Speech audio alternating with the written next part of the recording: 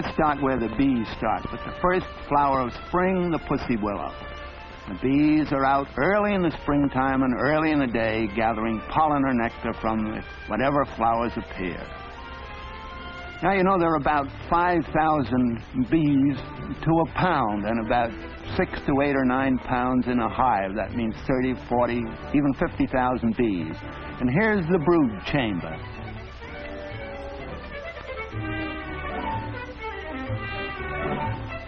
The brood chamber is the lower part of the hive. The upper part of the hive is where the honey is stored. That's called the super.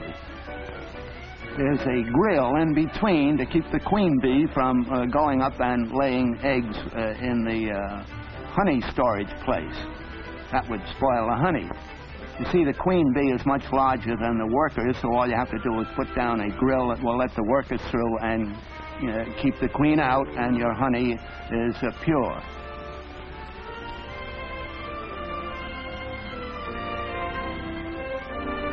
Now, bees are known as industrious insects. We say as busy as a bee. Now, here's the head of a worker with the antennae. The antennae are very useful for detecting odors, and odors are very important in the life of a bee. And this is the eye of a bee, very much magnified.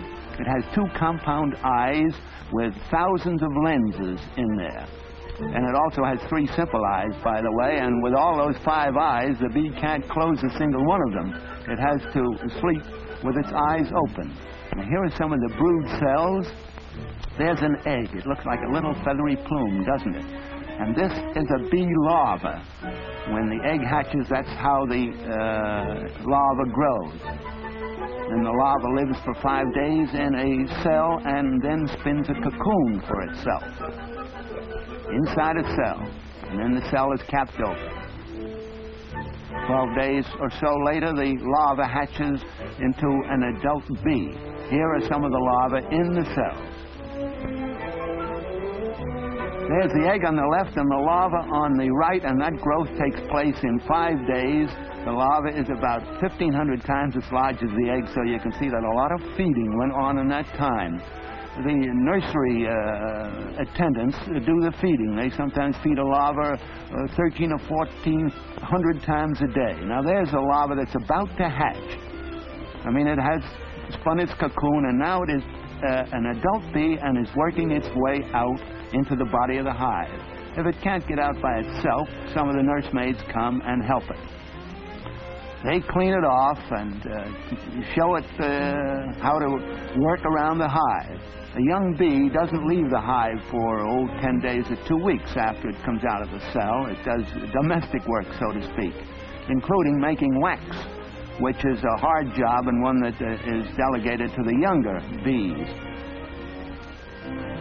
A bee, it takes bees about 6 times as long to make a pound of wax as it does for them to make a pound of honey.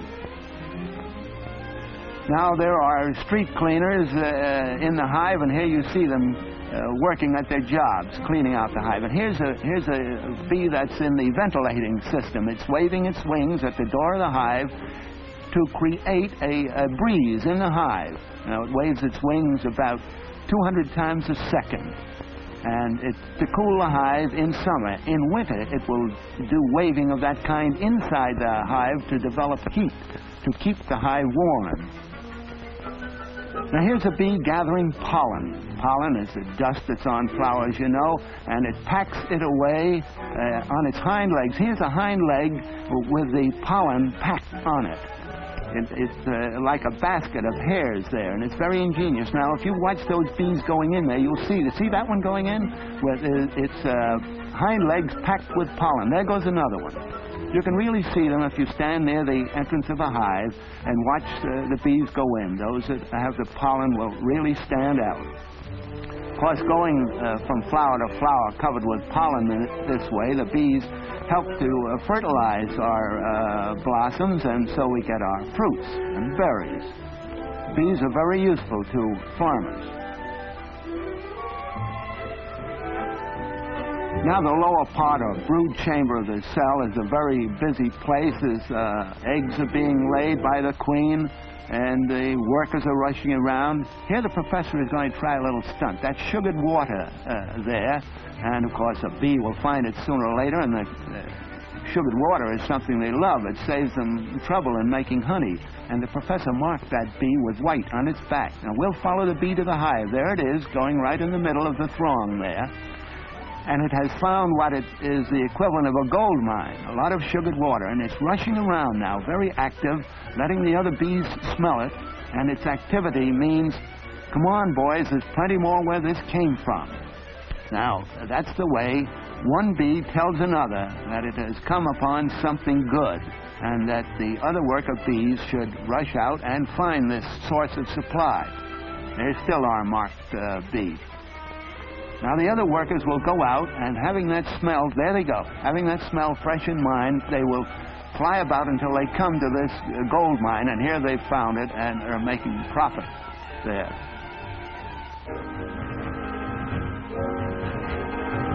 The queen bee is the only one that lays eggs in this cell. Here are workers at another feast of sugared water, but there's an intruder, that wasp there. It's attempting to annoy the bees, but I'm afraid that wasp is going to get the worst of it. Yes, the bees are cooperating and ganging up on it. Cooperation, by the way, is the secret of success of the hive. Well, here's cooperation of a different kind. There seem to be a couple of ants that work on a bee there. Ants are among the worst enemies of bees.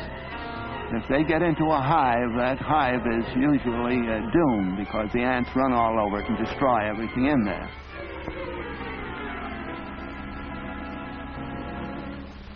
Oh, here's a hive that is being invaded by ants, and it's just too bad for that hive.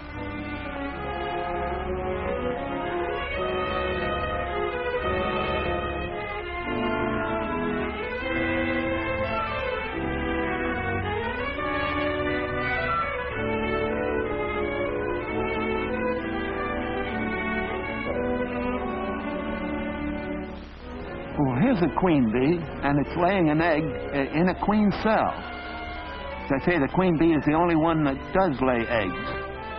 And she may lay 1,000 or even 1,500 a day. Well, there's the egg laid in the queen cell. Now, you know, in Julius Caesar, Cassius says, "Upon what meat doth this our Caesar feed?"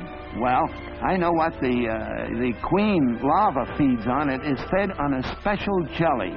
Notice that queen cell is very much larger than any other cell in the hive. And when the larva is hatched, it's just the same as any other larva, but then the workers feed it on what is known as royal jelly, and that's what makes this ordinary larva develop into the much larger queen, and the only egg-laying machine in the hive. Now there's a young queen about to gnaw its way out of the cell, and the first thing it will do will be to go looking for other queen cells and to puncture them so that the young queens won't come out. And if one has come out, these queens get into a fight, because there can be only one queen to a hive. Now here are two young queens in a fight, and it will be fatal to one of them. Queen has a sting, but never uses it except in battle with another queen.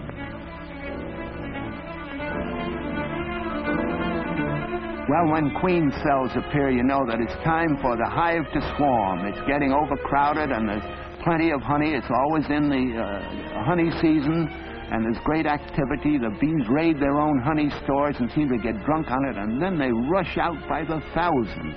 And the old queen goes with them. And after buzzing and flying around, they alight on a branch of a tree or a post or someplace like that. Thousands and thousands of bees. They're very gentle. You can handle them even with your bare hands if you want. I have, I know. And you can saw off a branch or just brush them into a sheet, and then you dump them into an empty hive. And with a foundation of comb in there, and with the queen with them, they will start in business again. They will build up a new hive. And that's how bees increase, by making new hives. And here we have them started in a new hive, and thus the life cycle of the bee begins again.